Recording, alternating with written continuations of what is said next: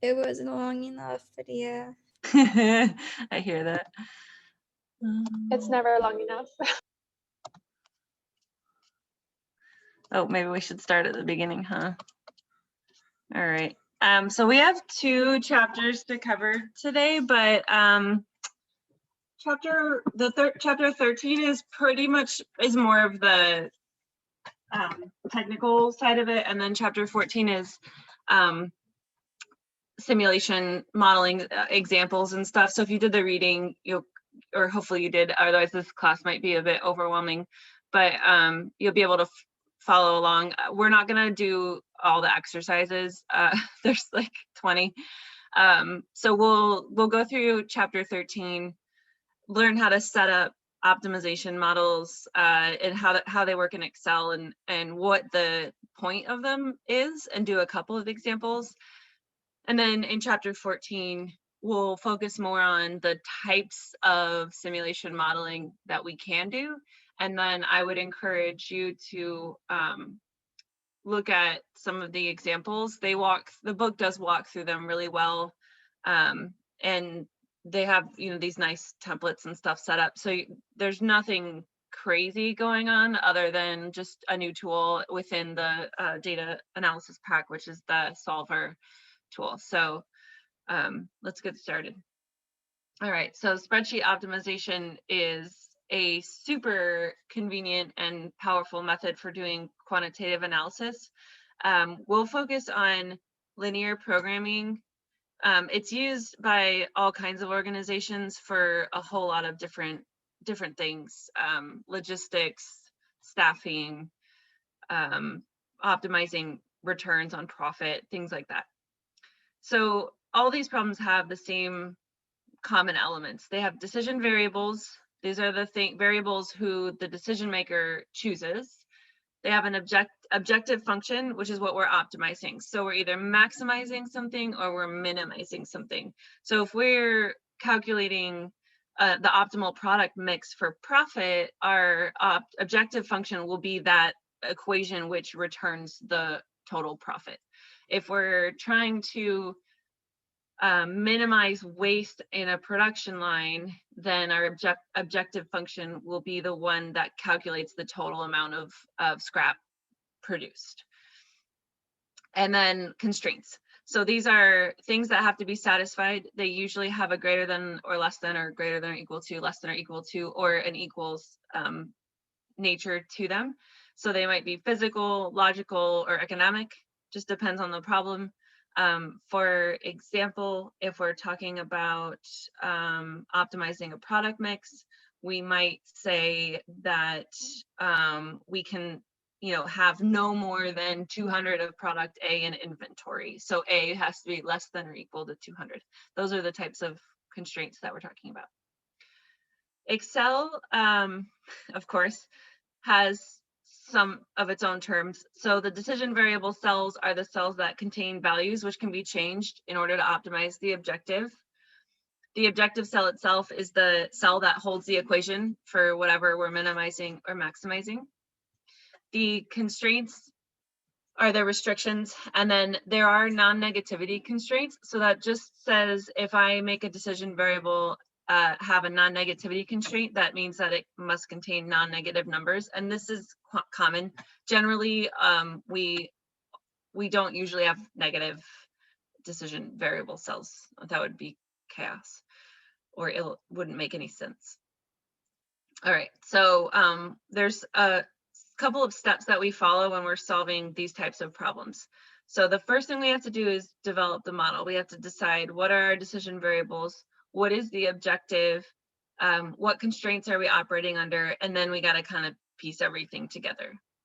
So fortunately for us, the book sets up some really beautiful models so we can see how to organize all these things and kind of picture them in a spreadsheet. Then we optimize. So we will systematically choose values for the decision variables that make the objective as large or small as possible, and but still satisfy all of the constraints. So if we can do that, we have a feasible solution. in which there is a feasible region which contains all feasible solutions. So there may be more than one solution, but only one is optimal, the one that returns the highest value or lowest for that objective function. An infeasible solution violates at least one constraint and they're not allowed. And then, like I said, that optimal solution is the one that optimizes the objective the best. So during that step, there are a lot of algorithms for searching through that feasible region to find the perfect solution. The most common is the simplex method. It's the one that we use for linear models. There are more complex algorithms for different types of models, but the solver add-in in Excel will use the appropriate algorithm. So put your mind at ease there. For sensitivity analysis, this happens afterward. We follow up the optimization with some what if questions that are related to input variables. So really good software will kind of do this for us so that we can quickly see, for example, if we were to change a constraint in any direction, how large of an impact would it have on our solution? In a product mix model, so this is the first type I pointed out. So a company is deciding how to establish its product mix, how much of each product to produce to maximize its net profit. We're going to go through this in a couple different ways because I want you to understand the process and then see how we can simplify all of that with Excel. So let's say that we are going to use linear programming to find the best mix of computer models that stays within the company's labor availability and maximum sales constraints. So this tech company has to decide how many of each of two models, basic and XP, to produce to maximize its net profit. Here's your constraints. The most it can sell are 600 basic and 1200 XPs. Each basic sells for 300 and each XP for 450. The cost of component parts for a basic is 150 and for an XP is 225. There are at most 10,000 assembly hours and 3,000 testing hours available. Each basic requires 5 hours for assembling and 1 hour for testing, and each XP requires 6 hours for assembling and 2 hours for testing. In each labor hour for assembling costs $11 and testing costs $15. So if we look at this in a picture form, we can kind of see how everything is related. So the blue rectangles indicate given inputs and the red ovals indicate decision variables. So our decision variables are numbers produced. The green rectangles with the rounded tops, are those even in here? Oh, not relevant in this example. Yellow rounded rectangles are calculated quantities. So labor hours used is a calculated quantity and the unit margin is a calculated quantity. The shapes with the thin gray borders are bottom line outputs or quantities to optimize. So we're optimizing profit here. We want to maximize it. And then the arrows indicate that one quantity helps determine another. Okay. Algebraically, this looks like this. So our decision variables, the number of computers to produce are X1 and X2. So we'll denote them that way.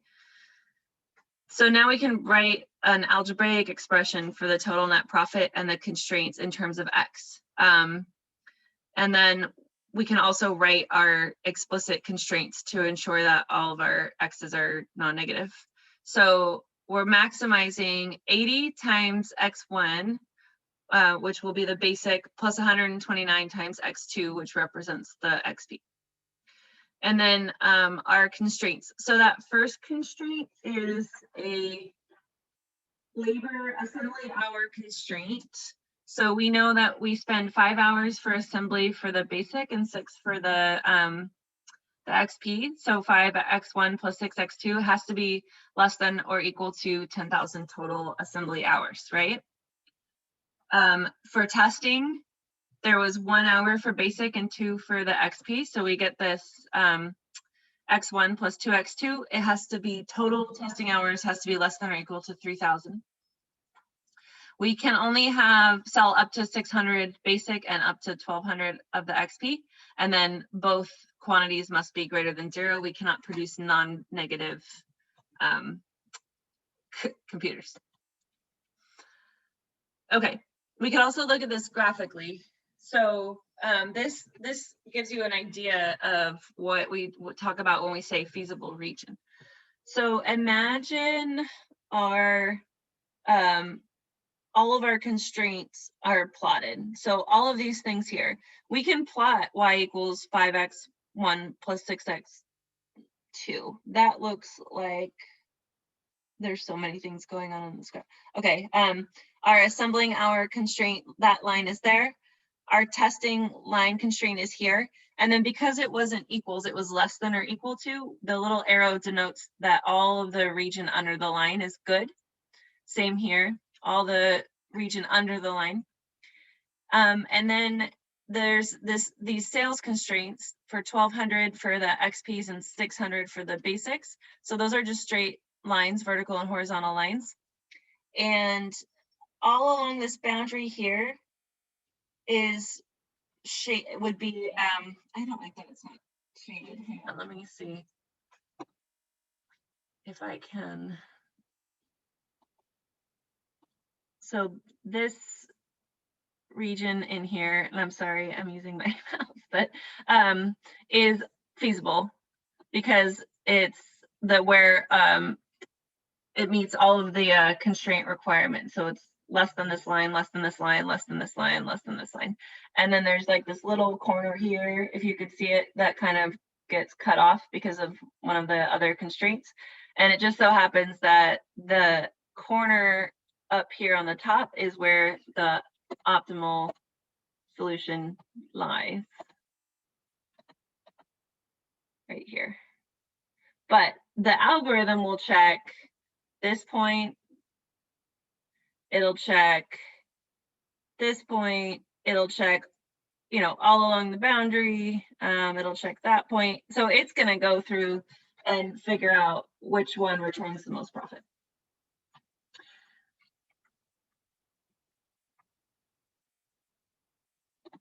Okay. Now we're gonna build this out in a spreadsheet. So it's going to look a lot like the spreadsheet modeling that we've done before. They're very consistent, and it's why it's good to kind of establish, as you use Excel more and more in your career, the same best practices for yourself so that your work is consistent and you can easily follow it, and so can other people. So these are larger models, but they're still shaded and treated very similarly. So let's look at one of these. Okay, so here's our model. And so we know we have a cost per labor hour to assemble and test. Then we know for each model, we have labor hours associated and testing hours, the cost for each part, and the selling price. So the unit margin is a calculated field. It's going to be the selling price minus the cost of component parts minus the labor hours, total labor cost of, so let's see, it would be 1 times 15 for the testing, and then 5 times 11 for the assembly. And then same formula, but with the quantities for the XP. We also know, so here's what we're gonna use Solver for. We're trying to optimize the numbers of each to produce. And then this is our constraint on how many we can sell. It has to be less than or equal to.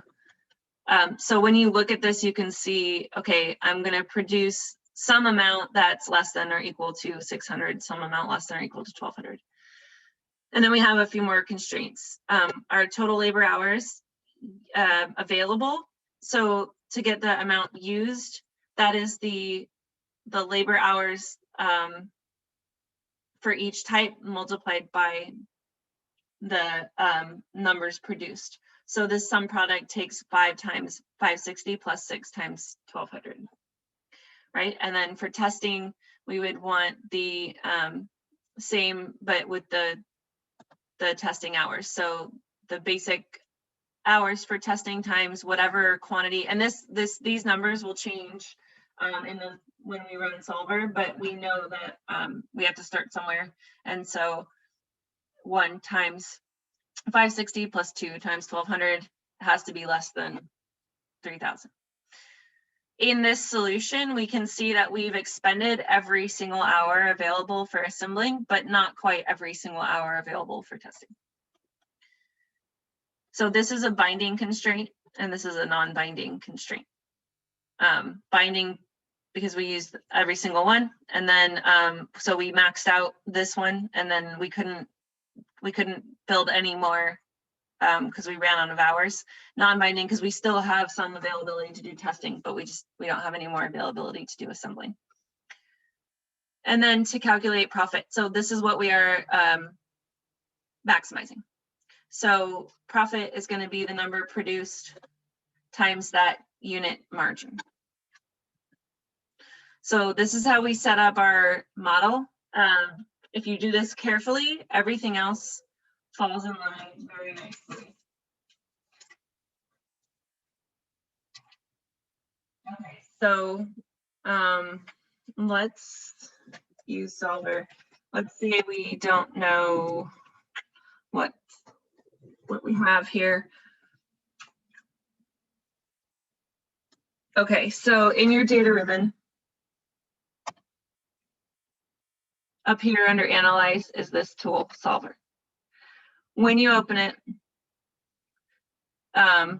this will be blank, and you will need to note what you're looking for. So max in this case, by changing which cell, so they've named their cells to make this a lot easier to understand. So we're changing the variable cells number to produce, which is these 2 cells right here. Oops, sorry. So those 2 cells, and then subject to the following constraints. So the hours used must be less than the hours available, and the numbers produced must be less than or equal to the maximum sales. So to add, so for example, numbers produced less than or equal to maximum sales looks like that. And then it will add it here, and then you could change and edit as well, or remove them. We want to make our unconstrained variables non-negative by checking that, and then we'll keep it at simplex. And then that's it. That's all we need to do to set up our solver.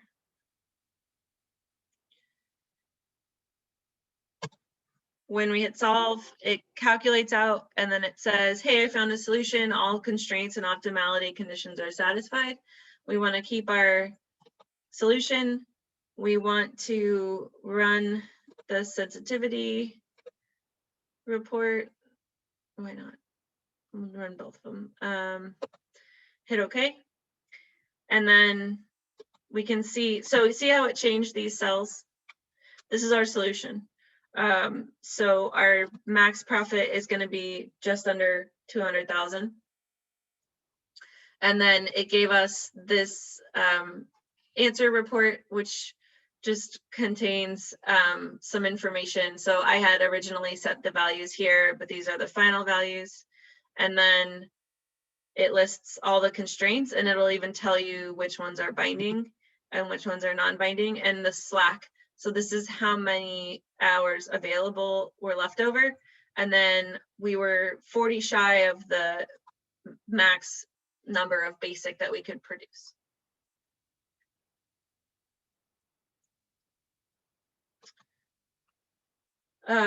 We can also run a sensitivity report, which will tell us a couple of things here. I think the key takeaways are going to be top section is for sensitivity to changes in the two coefficients of the decision variables in the objective. These coefficients right here. Each row in this section indicates how the optimal solution will change if one of these coefficient changes. And then the bottom section is for sensitivity to changes in the right sides of 10,000 and 3,000. So what happens if you change the labor hour available constraints? So let's see. The allowable increase and the allowable decrease here indicate how much the coefficient of profit margin for basics in the objective, which is currently 80, could change before the optimal product mix would change. So if the coefficient of basics, the basics computer, stays within this allowable range from 0 to 107.5, 80 plus 27.5, the optimal product mix doesn't change.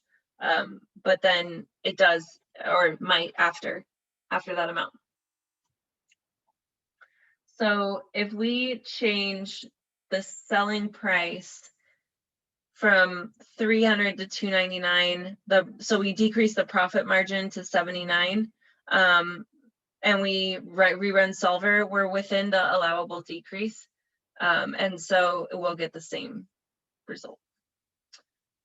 However, if we were to change the value of the profit to the selling price to 330, the profit margin would increase by 30, which is outside the allowable increase. So if we reran the solver, then we would see that the company is going to produce 600 basics and then less than 1200 XPs. So it would actually change the solution. So that's what's going on here. What else should you know about this? The reduced cost for any decision variable with value 0 in the optimal solution indicates how much better that coefficient must be before the variable enters at a positive level. So the reduced cost for any decision variable at its upper bound in the optimal solution indicates how much worse its coefficient must be before it will decrease from its upper bound. The reduced cost for any variable between 0 and its upper bound in the optimal solution is 0.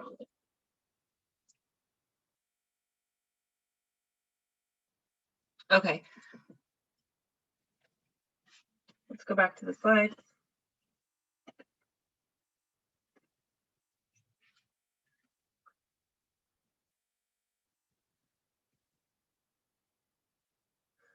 There's also this term shadow price, which indicates the change in the optimal value of the objective when the right side of some constraint changes by 1 unit. So it indicates how much the company would be willing to pay in units of the objective to relax a constraint.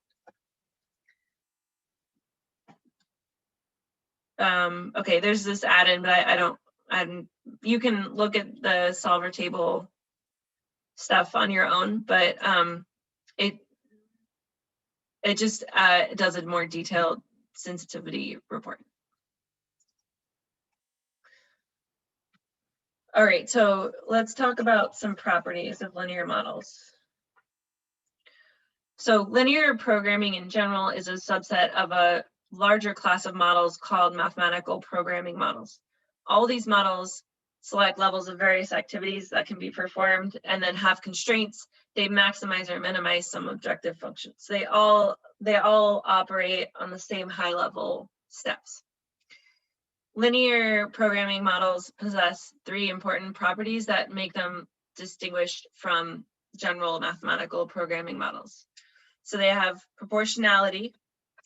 So if the level of any activity is multiplied by a constant factor, then the contribution of this activity to the objective or any of the constraints in which it is involved is multiplied by the same factor. It's the linear additivity. So the sum of the contributions from the various activities to a particular constraint equals the total contribution to that constraint. The value of the objective is the sum of the contributions from the various activities. And then divisibility. So both integer and non-integer levels of the activities are allowed. We can see proportionality and additivity if we look at the algebraic formula for the model. So the objective function is always going to be in this form where you have some coefficient times a variable plus another coefficient times another variable and so on, where you have n decision variables.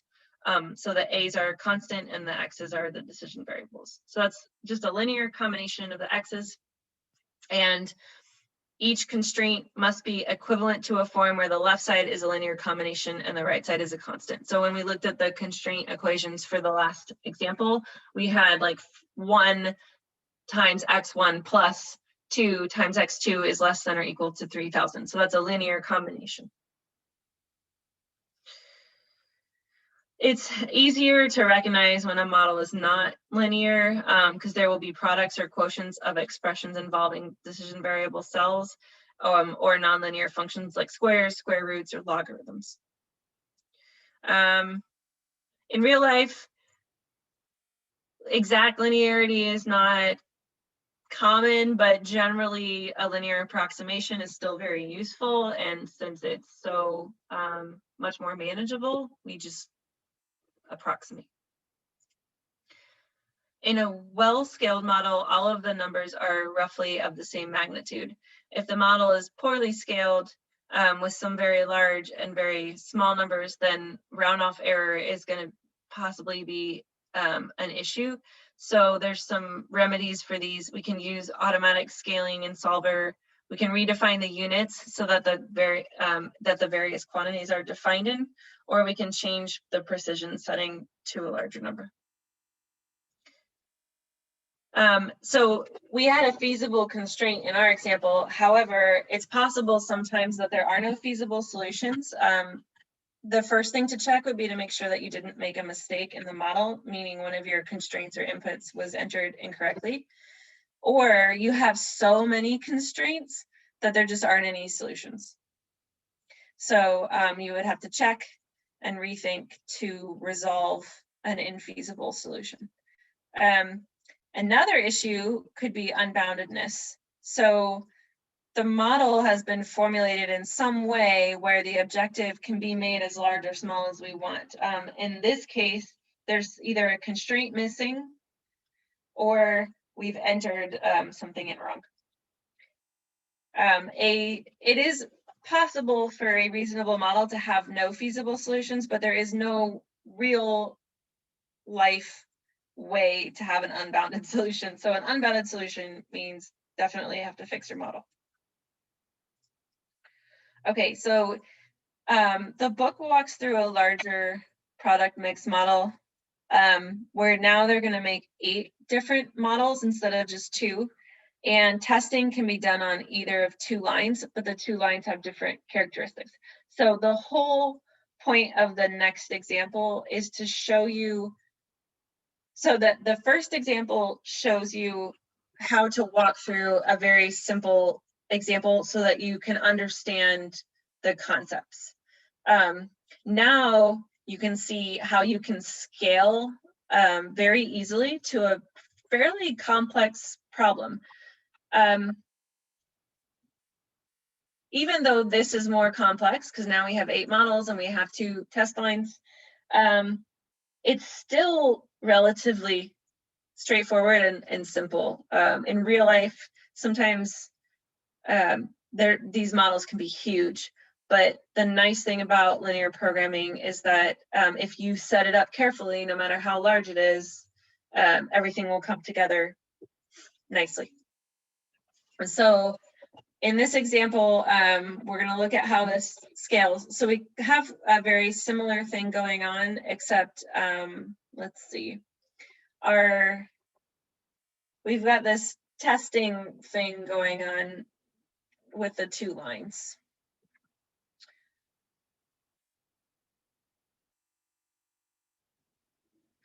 So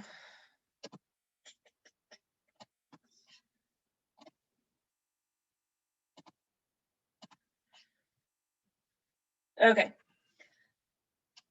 we've got the same cost per labor hour for assembling, and then now our testing lines have different prices. We have 8 models. Each one has different hours for assembly, and then the way that they, depending on which testing line they go into, determines how many hours they spend in testing. So then there's the cost and the selling price.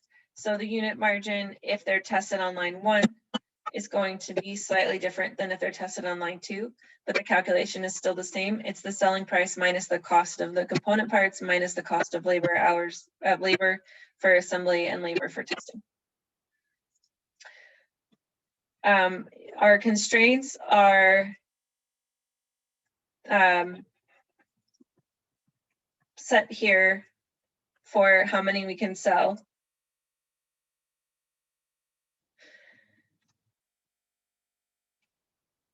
And then, so the total computers produced is here. Now these, interestingly, sorry, I'm just looking at the, so this is what we're trying to figure out, how many to make. They have to be less than these amounts here. So we can't make more than 1,500 of Model 1, 1,250 of Model 2, all the way up to no more than 800 of Model 8. And then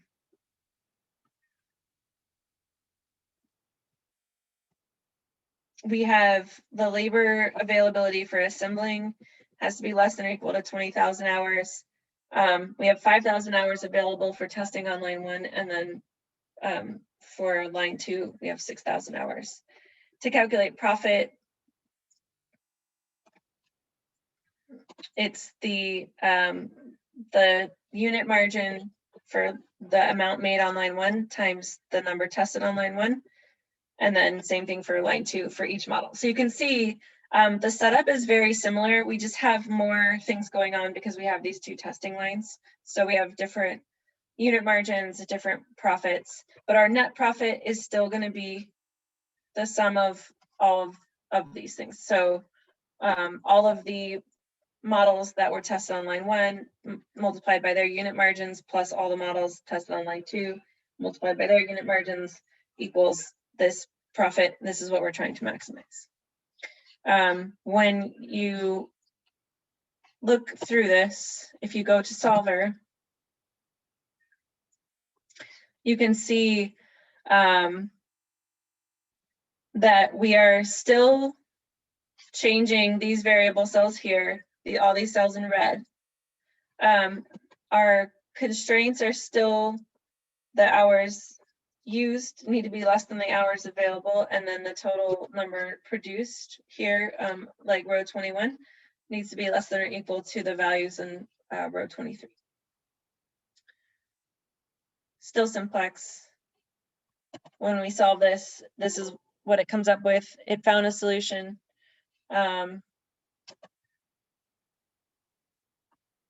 Oop, it kicked me out of my spreadsheet.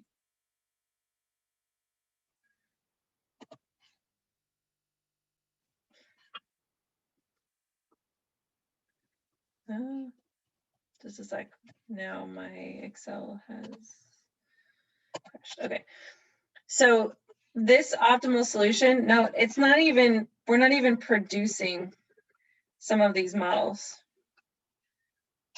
We're only producing 1, 4, 6, and 7. So we had that non-negativity constraint, but we didn't say that we had to produce some minimum amount. So it says don't produce them at all. The sensitivity report is just larger because there's more variable cells and constraints going on.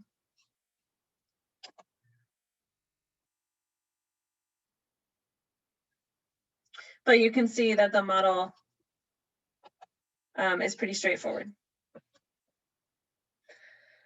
There's this solver table add-in, which we weren't good. The book covers it, but it does kind of show you the sensitivity, and it can even give you this nice graph that shows you the sensitivity of total profit based on the assembling labor. So at some point, more labor doesn't really pay off.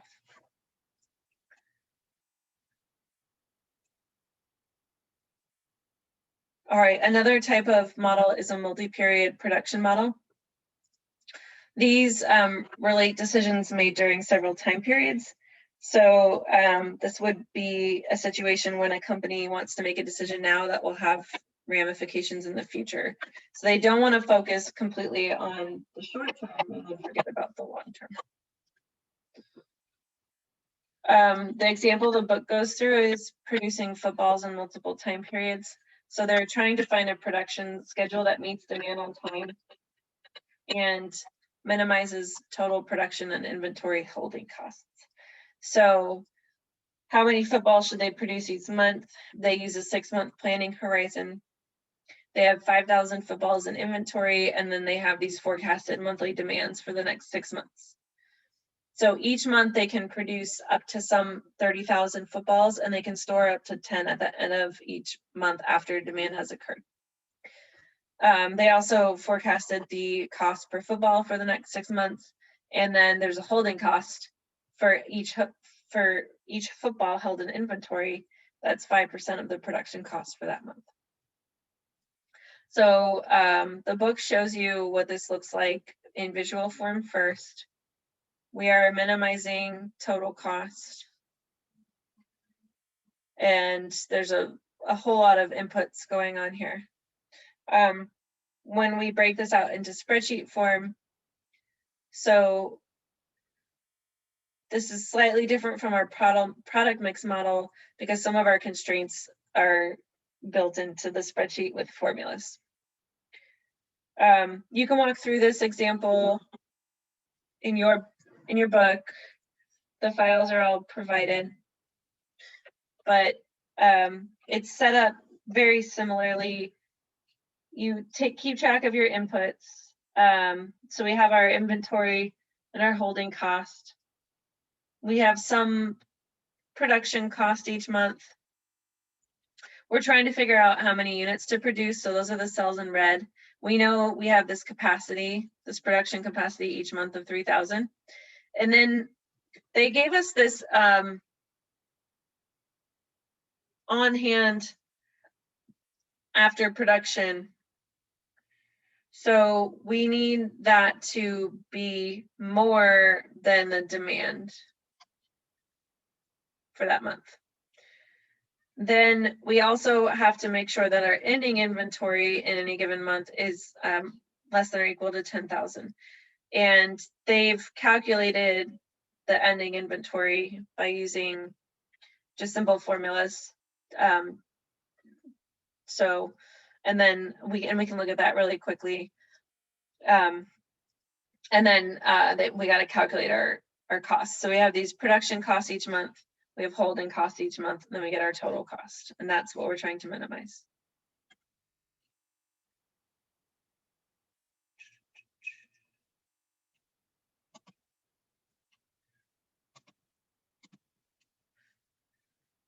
Okay, so that looks like this. Okay, so the amount,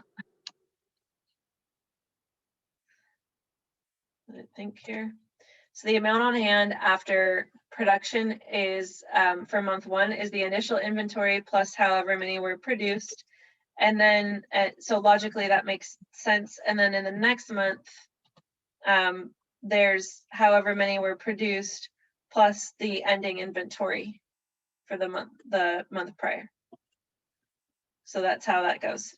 The ending inventory is just going to be for that month what was on hand after production, which would be the units produced plus the inventory or the other formulas that I just showed you, and then minus the demand.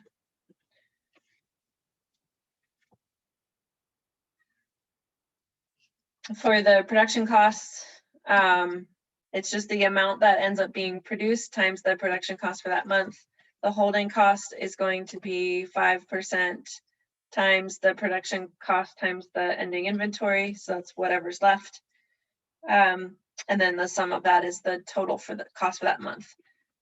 So this equation here that sums up the totals for all 6 months is what we're trying to minimize. When you go into Solver on this one, note we're minimizing now, so we would press this radio button here, and then our constraints are here. So we have this, our on hand after production needs to be greater than or equal to the demand. The ending inventory needs to be less than or equal to our storage capacity, and the units produced needs to be less than or equal to the production capacity. So if you set these all up, it'll tell you to produce this amount, to spend this 1.5 million, which is the lowest. That's the minimum cost that we can get.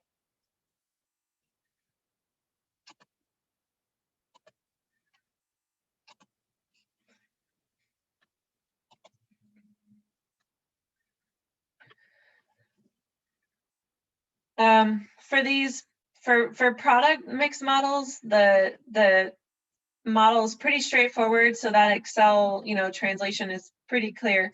For the multi-period production models, algebraic models have 2 sets of variables, while spreadsheet models have only 1. So algebraic models for multiple periods have to be related algebraically through a series of balance equations, which just adds a little layer of complexity. So the book talks about this decision support system, which can help you solve problems without having to worry about the technical details of linear programming.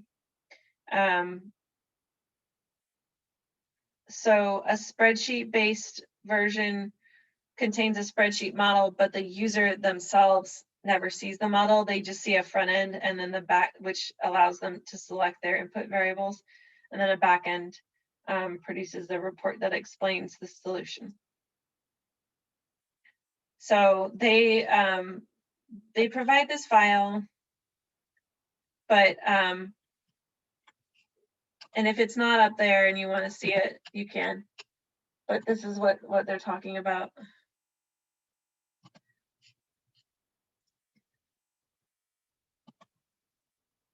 Oh, hold on, I have to enable. So you give it your input. So for us, they basically built this thing where you could, for the first problem that we did, you could set your constraints for basic and XP. So we could change this, for example, and then we could increase the number of hours available, and then run it, and then just get this report. So all the stuff that we did before is in the back end, and we don't see it anymore. And then we get the max profit with some charts. So this is just to let you know that these types of solutions can be developed and are feasible if you were to continue your skill building in Excel and learn to do either macros or VBA. I'm not sure which how they built this, but they also did one for the pigskin example, the football example. But now we have more constraints to enter. But this is pretty cool, right? So they're just letting you know it can be done. Let's see if we start with less inventory. It'll tell us our total optimized production cost. So. Okay, let's take a 10-minute break, and then we'll come back and we will discuss chapter 14.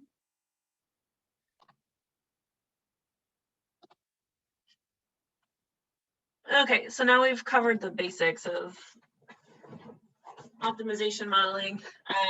So there's a lot of things we can do with linear programming models, but obviously not everything.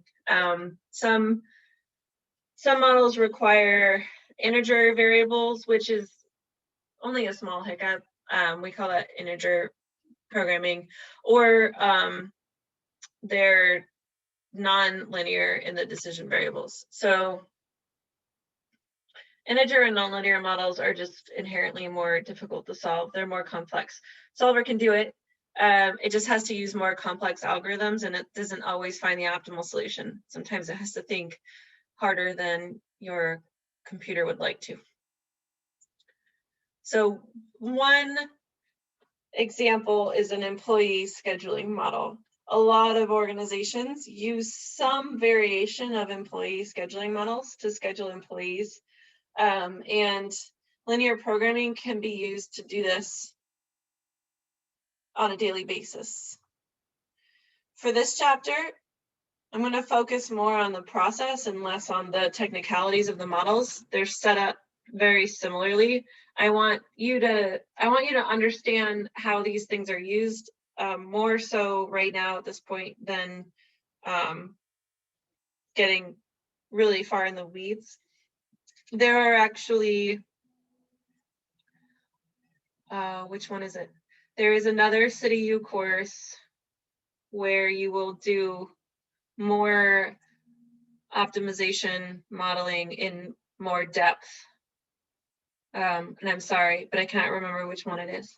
But so this won't be the first time, but my goal for you is that when you get into the more advanced data classes, if that's the direction you're headed, that you have good base knowledge of how these things work so that you'll be prepared for that. So for the employee scheduling, they need an optimization model that relates 5-day shift schedules to the daily number of employees that are available. And then they want to find a schedule that uses the fewest number of employees, but still meets all the workforce requirements. So essentially you're minimizing your labor cost, basically. You don't want to have more staff on hand than you need, because you're just paying people to sit around, but you don't want to have too few staff and then not be able to meet your company's objectives. So the minimum number of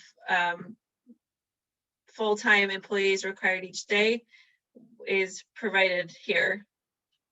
There are union rules that state each full-time employee has to work 5 consecutive days and then get 2 days off. So they want to meet their daily requirements using only full-time employees and minimizing that total. So this is a fairly simple model. You can see that we have these functions down here. So the number of employees required, the total available, and then when they start their 5-day shift, and the employees from each shift that are available. So we add an integer constraint in Solver so that the number of employees starting work on some day is not a fraction. And the integer constraint is an option in the Solver tool. When we solve this problem, so if you were to follow along with the book, you might get a slightly different schedule that's still optimal. Multiple optimal solutions is not uncommon, but that's actually a good thing because it means that the manager has choices when they're doing their scheduling. So this will look very familiar. The decision variables is the number of employees that start their 5-day shift on various days, so Monday through Sunday. And then they have this thing built out so that you can see if they start their working on various days, how many will be in total. So like, for example, the 2 that started on Monday, their 5-day shift goes Monday, Tuesday, Wednesday, Thursday, Friday. The 3 that started on Tuesday go Tuesday through Saturday. The 3 that start on Wednesday go Wednesday through Sunday. And then when you get to Thursday, you have Thursday, Friday, Saturday, and Sunday and Monday. So you see the gap, the 2 days off is the Tuesday, Wednesday. So on and so forth. And then that adds up and you get the total number of employees available, which has to be greater than or equal to the amount of employees required. So on Monday, the optimal solution provides exactly the minimum number of employees. Same for Tuesday. For Wednesday, we're a little over. Thursday, right on target. Friday, Saturday, a little over, and Sunday, quite a bit over. But we've met all the union rules this way. We can't lower the amount of any of these days to make Sunday less staffed, because then we would likely violate one of these Thursday, Friday, or Saturday. Actually, it looks like Thursday is the reason why Sunday is so high. Okay, so we can also look at the sensitivity from those issues. So we call this model a static scheduling model because it makes the assumption that every week is the same for this business. We know that that's not reality. So a large company would use a dynamic scheduling model, but for the purposes of understanding the concepts behind it, the static model suits us just fine. A real scheduling model for a more complex organization would have more decision variables, and Solver itself would have trouble finding a solution. So we'd have to do some more advanced things. We could expand this to handle part-time. We could use overtime to help avoid maybe that 7 extra people on Sunday.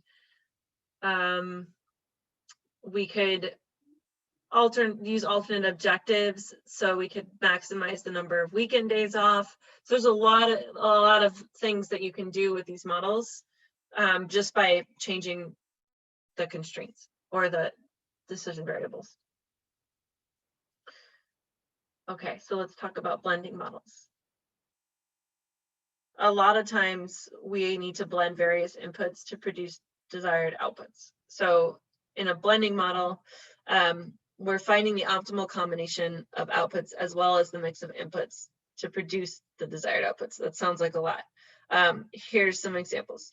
So if our inputs are meat, filler, and water, our output is different types of sausage. If we're looking at different types of oil, our outputs might be heating oil, gasoline, or aviation fuel. If we input various elements, carbon, iron, molybdenum, I don't know. We get different types of steel, different types of pulp, give us different kinds of recycled paper. So if we look at an oil company developing an optimization model to find the revenue maximizing plan, but still meet quality constraints and stay within limits on crude oil availability. So they have 5,000 barrels of crude oil, crude oil 1, and 10,000 barrels of crude oil 2.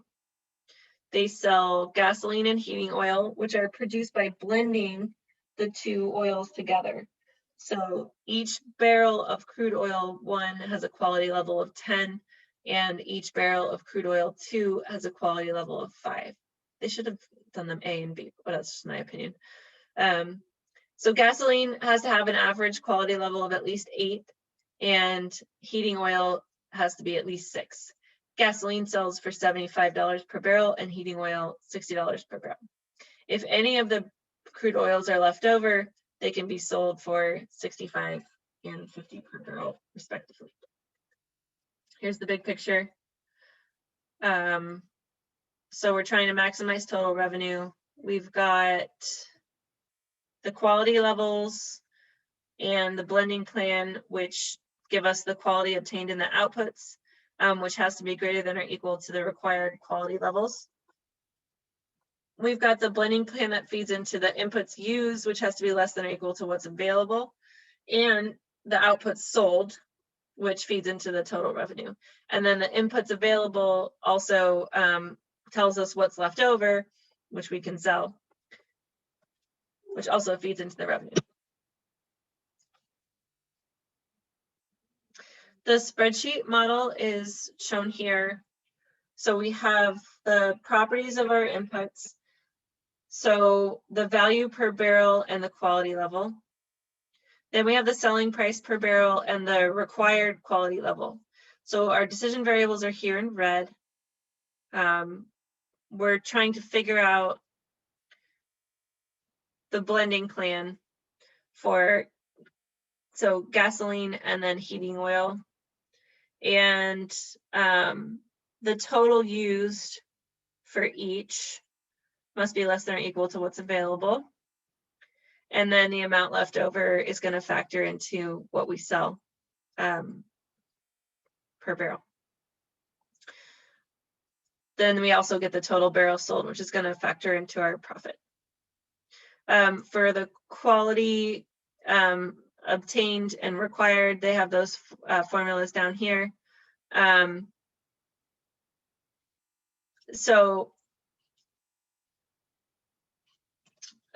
then the total revenue is calculated. So you can pull this up and look at the actual formulas, but this is set up very similar to our other models. You just have to think through what you're given, and sometimes it just helps to break everything out one piece at a time in the problem, and then make sure that everything is factored in. When you solve this, they actually are able to use all of the oil without having any left over. They end up doing a blend of 3,000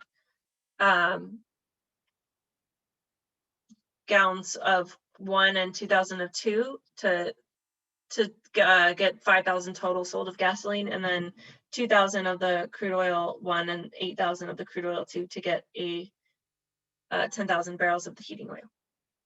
So their total revenue is maximized at 975,000. Okay, another popular use for simulation modeling is logistics models. In this case, we have products produced at an origin and we need to ship them to a destination. The origin has only so much capacity for shipping, and then the destination only has, they only require some certain quantity of that product. So we can use logistics models to determine minimum cost shipping methods. We can also do a transportation problem, which is like another subset of this. So in a transportation problem, the only possible shipments are directly from an origin to a destination, and we have 3 sets of numbers. Capacities, so how much each plant can supply in a given time period. Demands, usually estimated from a forecasting model, and then unit shipping costs, which might also include the unit production costs at each plant. So if we're shipping cars, we can develop an optimization model to find the least cost way of shipping the autos from plant to region and stay within plant capacity and regional demand. So this company manufactures automobiles in 3 plants and then ships them to 4 regions in the country. They can supply the amounts listed in the right column of this table below. And the demands by region are down here. The unit cost of shipping an automobile is listed in the middle of the table. So from plant 1 to region 1 is 131, from plant 1 to region 2, plant 1 to region 3, same for each plant to each region. So we have the amount shipped, which tells us the total shipped out, which must be less than or equal to the plant capacity, and then the total shipped in, which must be greater than or equal to the regional demand. So we don't want to ship to a region fewer cars than demand, but we also cannot ship more than plant capacity. And then our unit shipping cost. If we were to look at this as a network diagram, it would look like this. So we have plant 1, 2, and 3, and regions 1, 2, 3, and 4. And then plant 1 ships to all 4 regions, and there's a cost associated. I mean, this is kind of chaotic, but it's showing you what this looks like in a network diagram form. So the capacities are next to the nodes, and then the unit shipping costs are on each of these arcs. In Excel, this looks a lot like all the other models. We set it up in the same fashion. So we have our unit shipping costs from each plant to each region. And then we have our demand, and we're trying to optimize the total amount received here in the red for each region from each plant. And then we have our capacity constraints over here on the right.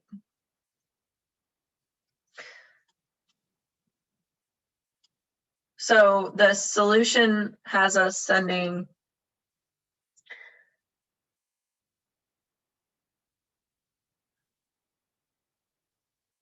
sorry, I'm just looking at, looks like we're meeting demand exactly at each region. And then, so for region 1, they're receiving 150 from plant 1, 100 from plant 2, 200 from plant 3. For region 2, they're only receiving from plant 2, and for region 3, they're only receiving from plant 3, and for region 4, they're only receiving from plant 1.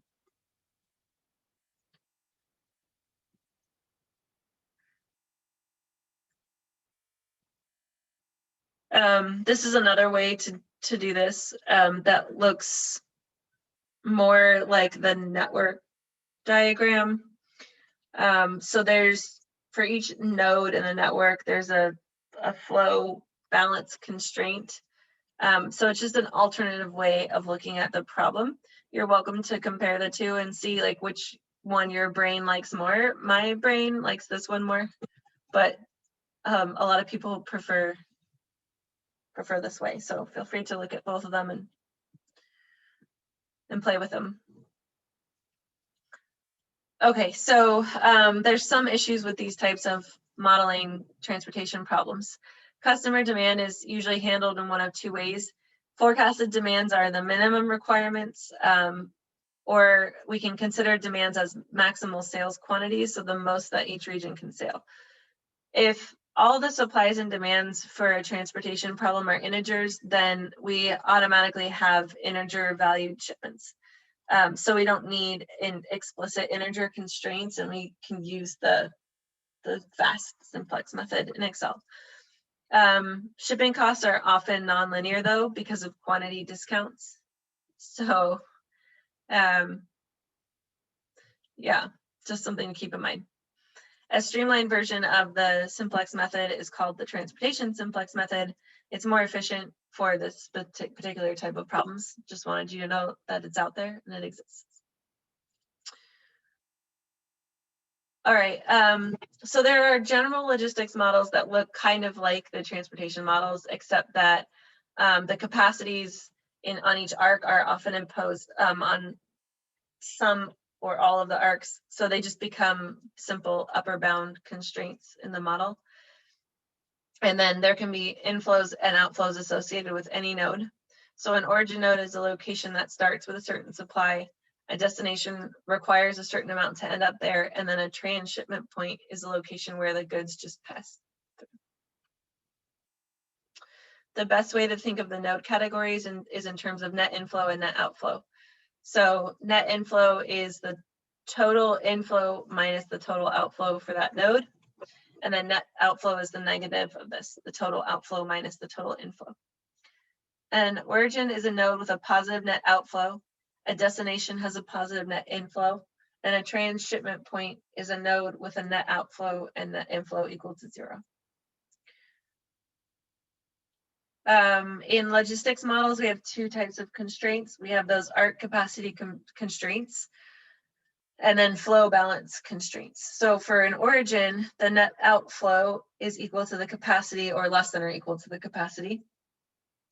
For destination, the net inflow is greater than or equal to the demand or possibly equal. And then for a transshipment point, the net inflow or net outflow is equal to 0. So there's another example about shipping tomato products. They're shipping them from suppliers to customers, possibly through warehouses, so that each customer demands are met and supplier capacities are not exceeded. So you can see how this is similar, but slightly more complex. Now we have these warehouses. The product can be shipped directly to customers or first shipped through 2 warehouses, then to customers. The production capacity for each plant and the demand are shown in this graphical representation to the right. And so nodes 1, 2, and 3 represent the plants, denoted by the S, supplier. 4 and 5 are the warehouses. So yeah, they equal 0. And then 6 and 7 are the customers, or demand.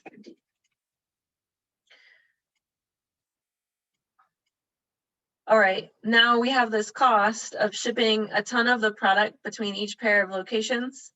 And then if it's blank, they can't ship along that arc. So not every possible combination of origin to destination is possible. The most that can be shipped between any 2 nodes is 200 tons.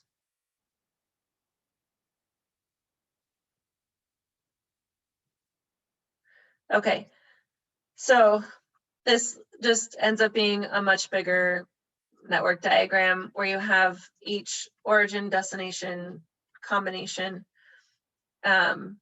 and everything's calculated out. And then we have our net outflows, plant capacities. I strongly recommend that you go through the book and walk through this example just to see how they set it up, since it is set up so nicely. But when you run Solver on it, it will return the amount to ship through each route. And it will give you the total cost, which we are trying to minimize.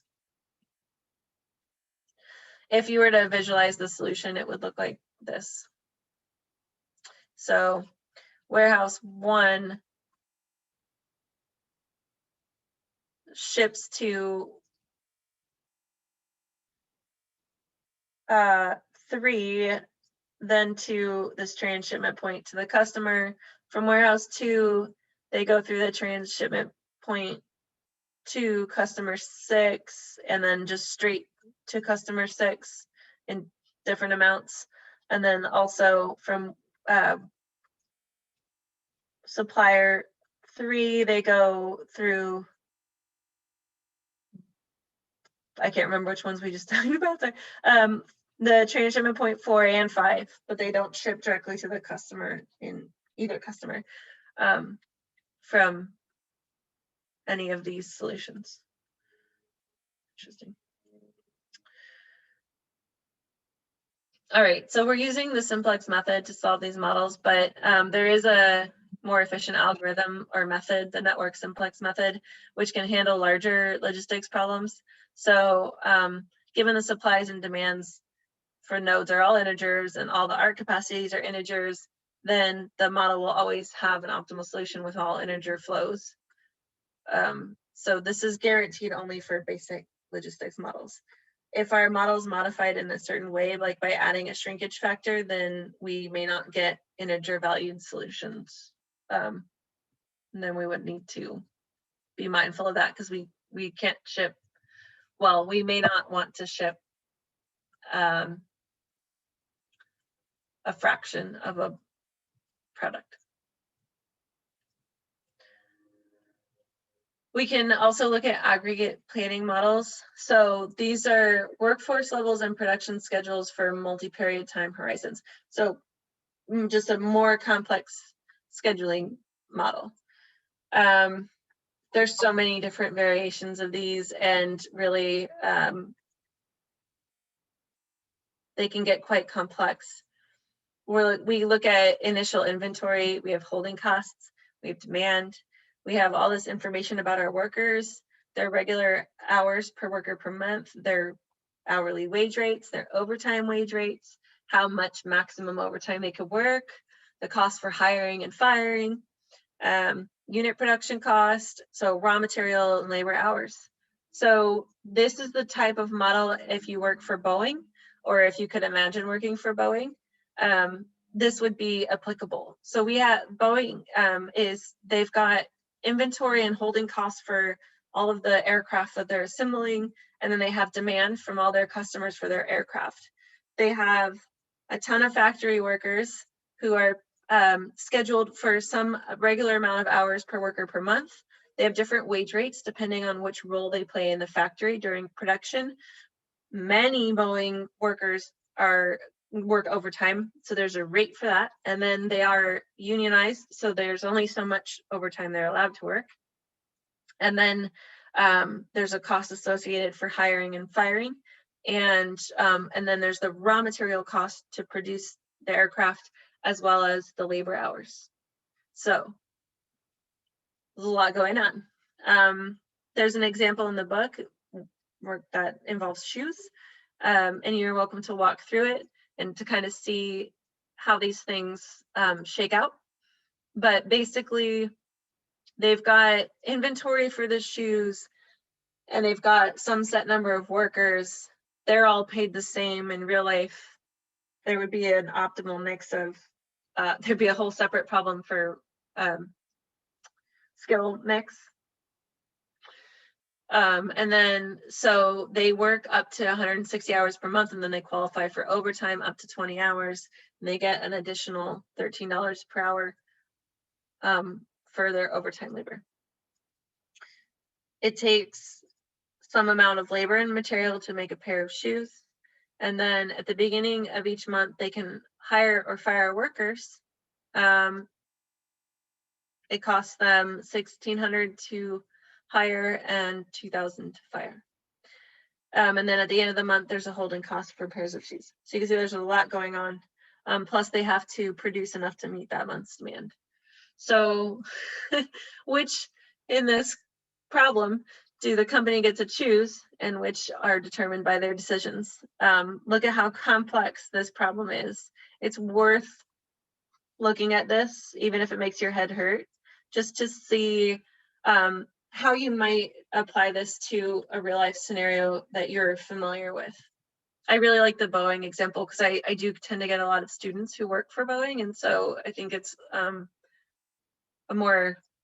it's easier to wrap your mind around what types of variables go into this type of modeling. But this can still be done in Excel, believe it or not. It looks like this. We're not going to go through it today, but the book does step through it in great detail. Basically, we just have all these inputs for inventory, overtime, cost of hiring, cost of firing. And then we just start building out our worker plan.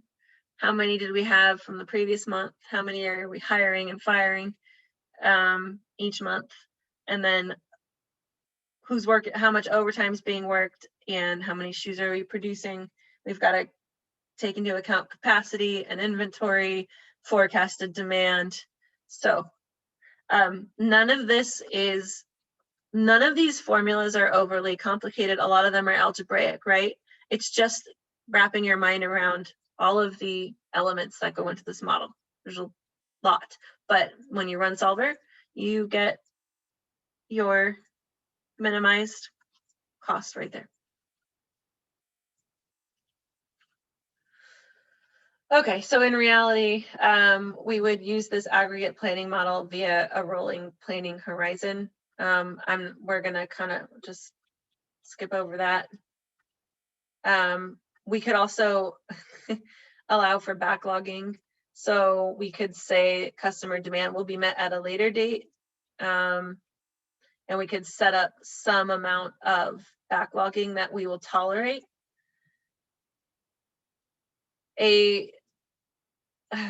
Now we're getting into a nonlinear model that uses if functions, but we Solver really struggles with these, so we're getting into some really complex stuff here for Excel. But there's this shortage cost here that uses an if formula that says if the ending inventory is less than 0, we have this shortage cost. Otherwise, we don't have a shortage cost. So we're being penalized for backlogging demand. Okay, so we could also do some financial models. So these would be like investment strategies or managing a pension fund, switching gears a little bit. So we could develop an optimization model to relate investment decisions to total cash at, in the end of a time period, and then maximize ending cash, but not invest any more than some amount per any one investment. So these models look similar, just different, just a slightly different approach. So we have $100,000 to invest for the next 4 years, but we don't want to put any more than $75,000 in any one investment. There are 5 possible investments, and then they all have their constraints. So A through E. A, you invest at the beginning of year 1, and then for every dollar you invest, you receive a return of 50 cents and $1 at the beginnings of years 2 and 3. For investment B, you invest at the beginning of year 2, and you get returns of 50 cents and $1 at the beginning of years 3 and 4. For C, invest in year 1, receive a return of $1.20 at the beginning of year 2. For D, invest at the beginning of year 4, get $1.90 at the beginning of year 5. And then for investment E, invest at the beginning of year 3 and get $1.50 at the beginning of year 4. So that's a lot of information, but we could break it out one by one and into manageable pieces when we build the model. At the beginning of any year, they can only invest cash on hand, which includes returns from previous investments. And then any cash not invested in any year can be put into a short-term money market account that earns 3%. There's the visual. In Excel, if we just start simply and we break it up into pieces, we know our initial amount to invest, the maximum per investment, and the interest rate that we make on cash left over. We know our cash outlays. So for investment A,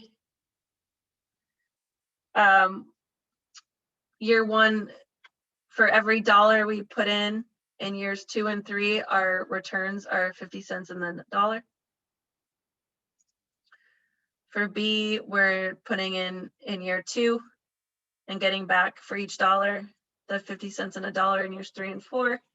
And then for C, you see the setup goes on. So then the total dollars invested can be calculated, and then it just has to be less than or equal to the 75,000 per each type of investment. And when we run Solver on this with these constraints, it will return the optimal amount to invest each year.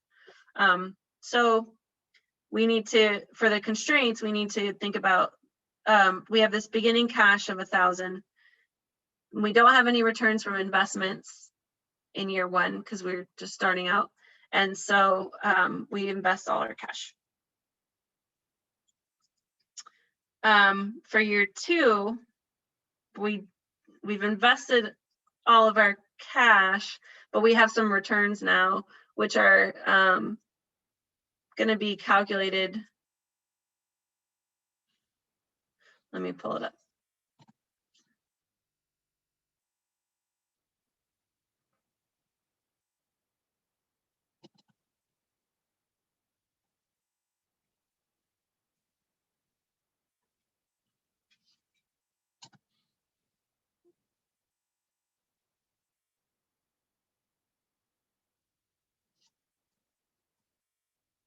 Oh, that was the wrong one, sorry.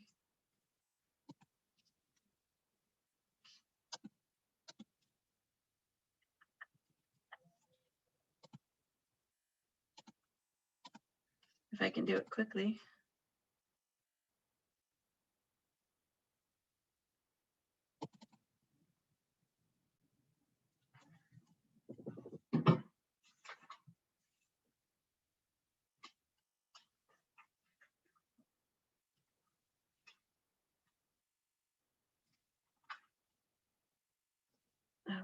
we go.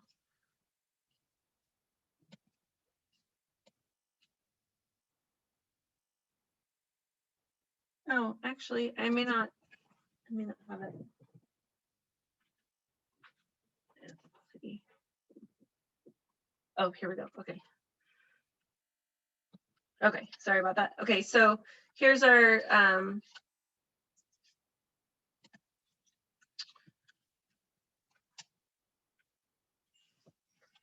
returns are calculated as the amount of return for that year for each product type multiplied by the dollars invested. So this is the sum product. So it's 50 cents times the amount invested plus $1.20 times the amount invested in that year. So that's the same for each year. It's just the sum product. And then our beginning cash after the first year is going to be what's left over after investing times the interest rate. So there was none left over. Only in years 4 and 5 do we have money left over from year 3 and year 4 that we can. So we had 26,786 left over in year 3. We got a 3% return on that cash, and now it's available to invest. So that's what that calculation is here. And then what else?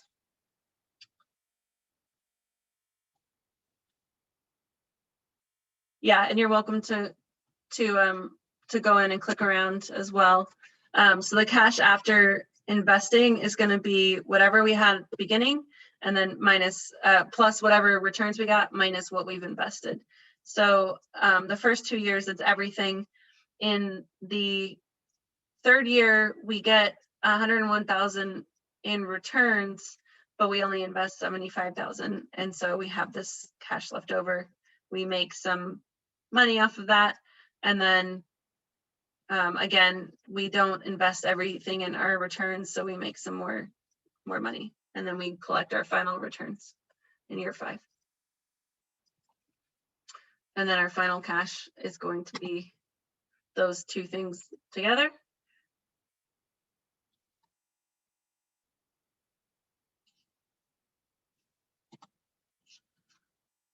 And that's a financial model. For a slightly different scenario with a pension fund, we could develop a model to relate initial allocation of money and bond purchases to future cash availabilities and minimize the allocation of money required to meet all future pension fund payments. So this is just another situation. If you read through the example, they give you all these variables and constraints. There's money earned for excess cash on hand. The model built out in Excel is more complicated. So we have all these bonds in each year and their costs, and then income, the interest rate. We're trying to figure out which bonds to purchase now. And then we have all these constraints. So we're not going to walk through that one, but you're welcome to walk through it in the book. I don't think for most of our purposes and what, if I recall the fields you guys are going into, probably not relevant, but just know that in terms of this field of financial analysis, these optimization models can be used for these types of scenarios. Okay, so integer optimization models. So sometimes we have a binary variable. So it's either 0 or 1. 0 is the activity is not undertaken, and 1 is it is undertaken. We either do it or we don't do it. If some or all of the variables have to be integers, we call that an integer programming model. Solver has a harder time with the integer programming than linear programming because they just increase the complexity of the solution. But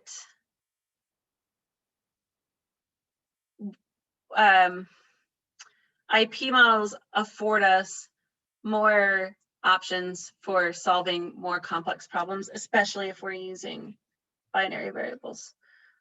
So a simple form of this is a capital budgeting model. In this example, they're trying to maximize NPV, net present value. Then they need to stay in budget. And they have 7 investments they could consider. So the cash required for each investment and the net present value are listed in this table, and the return on investment. No partial investments, and total cash available is $15,000. So if I invest in option 1, I need $5 in cash per investment, and then my net present value is $5.60. So my return on investment is 12%. Pretty straightforward. We have some investment cost, the total cost of investments, and we need that to be less than or equal to our budget. And then we have that NPV that we're trying to maximize. So this is a nice, simple, straightforward model. There's our 7 investments, the costs and the NPV along the top, and then yes or no on whether to invest. So the total cost is has to be less than or equal to our 15 million, and they did all the whole model in millions to keep it simple. So if we invest in 3, 5, and 6, we spend almost all of our budget and we maximize our net present value to 16.7 million.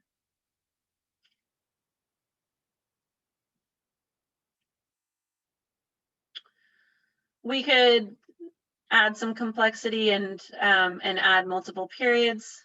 It just adds another layer of calculations for us.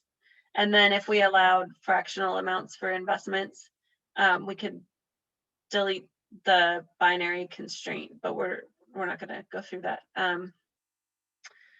Any integer programming with binary variables with only one constraint is also called a knapsack problem. So you might see that. It's kind of like, how many things can I fit into my knapsack if my knapsack has a certain amount of capacity? So in this example, my knapsack is 15.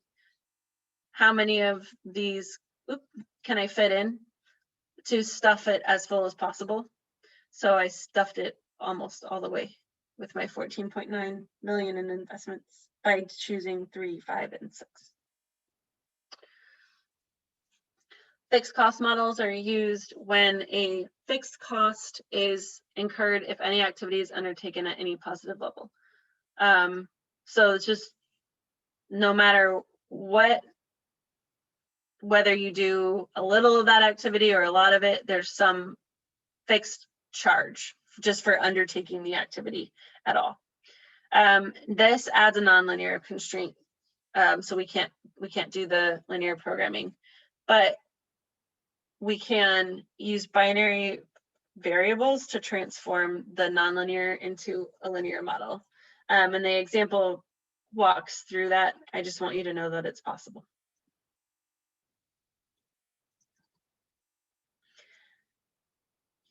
Okay, in a set covering model, each member of a given set, set 1, must be covered by an acceptable number of another set, set 2. So the objective is to minimize the number of members in set 2 necessary to cover all the members in set 1. These models are used for things like airline crew scheduling, truck dispatching, political redistricting, and capital investment. So let's talk about an airline hub location. They want a binary model to find the minimum number of hub locations that could cover all cities. So they want a hub system that connects flights to and from cities within 1,000 miles of each hub. They've provided this table that lists the cities that are within 1,000 miles of other cities. So for Atlanta, that would be Atlanta, Chicago, Houston, New Orleans, New York, and Pittsburgh. For Boston, that's Boston, New York, and Pittsburgh, and so on. So we have this city-to-city distance matrix, which tells us that we have this matrix of cities covered by potential hubs. That gives us the number of hubs a city is covered by, which has to be greater than or equal to 1. So the city that we use as a hub will determine that. And then we want to minimize the number of hub cities. So there's a binary variable for each city to indicate whether there's a hub there or not. And then the number of hubs that cover each city is constrained to be at least 1. So if we look at this solution, and I'm sorry it's so small, but they basically just built out this big matrix from city to city. And it's either yes, it's covered, or no. So that's the 1s and 0s.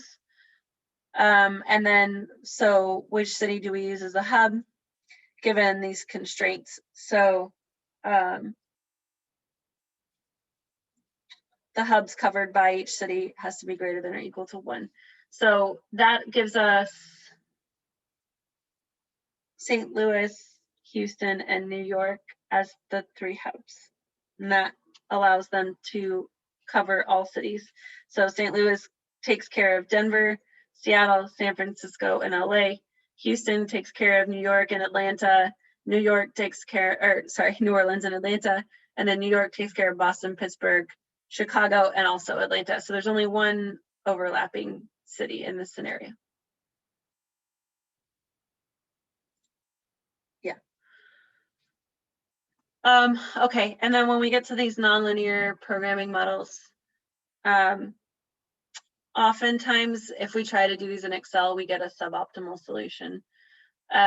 This is because we get into local and global optimal solutions. So a local optimal solution is one that's better than all the points nearby, and a global optimum beats all the points in the entire feasible region. So basically in Excel, depending on what you seed the initial solution with, you may end up with a local optimal solution instead of the global. We can do things to guarantee that solver returns the global optimum, but it's really hard to check whether or not it worked, and it doesn't always work. So really the only way to do this is to run solver several times and seed different values in the decision variable cells to make sure that you're still returning the same optimal solution each time. For example, remember the first example we did with the basic and the XP? You could set them each starting at like 100 each. Then you could run it again, but start them each at like 500 each.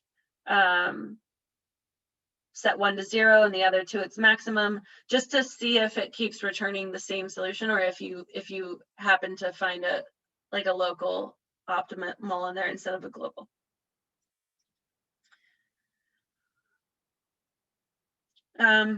So there is a nonlinear model example.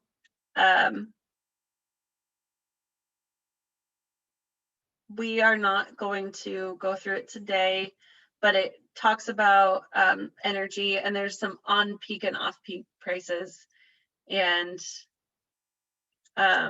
if you open up if you open up this example in Excel, you can play around and seed these initial values. So like start with 0 for on-peak and 50 for off-peak, for example, and then try like 250.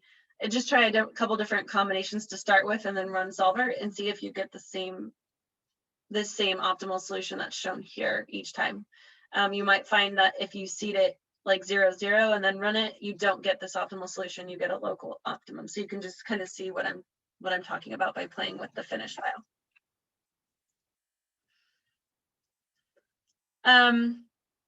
With investments, we could do these portfolio optimization. So like stocks, gold, treasury bills. We want to choose portfolios with high returns, but we also want to reduce the risk. So there's the expected value might be higher, but then so is the risk.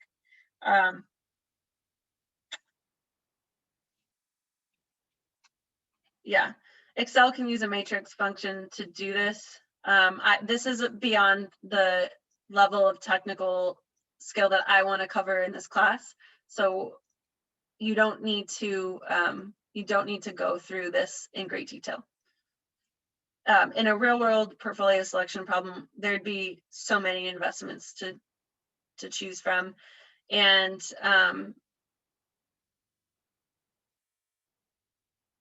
then you have these scenarios. I'm not in finance, so these terms are a little bit beyond me, but there's these options for like shorting a stock or investing fractions or like allowing negativity. So there's ways to get around this in Excel by like eliminating the non-negativity constraints. When you get into stuff like this though, you have to really know what you're doing, because you can break your model a lot easier and get infeasible solutions or unbounded solutions. So for most optimization problems, determine the decision variable cells first. Set your model up so you can easily calculate whatever it is you're maximizing or minimizing. Set up the model so that the relationships between the cells in the spreadsheet and the constraints of the problem are readily apparent. And then sometimes you need to do some blending. You may not be able to just use one of the ready-made examples that I showed you today in class. You might have to do some combination of scheduling or aggregate planning. Okay. So that's a lot for today. I'm going to, one second, I'm going to pull up the discussion.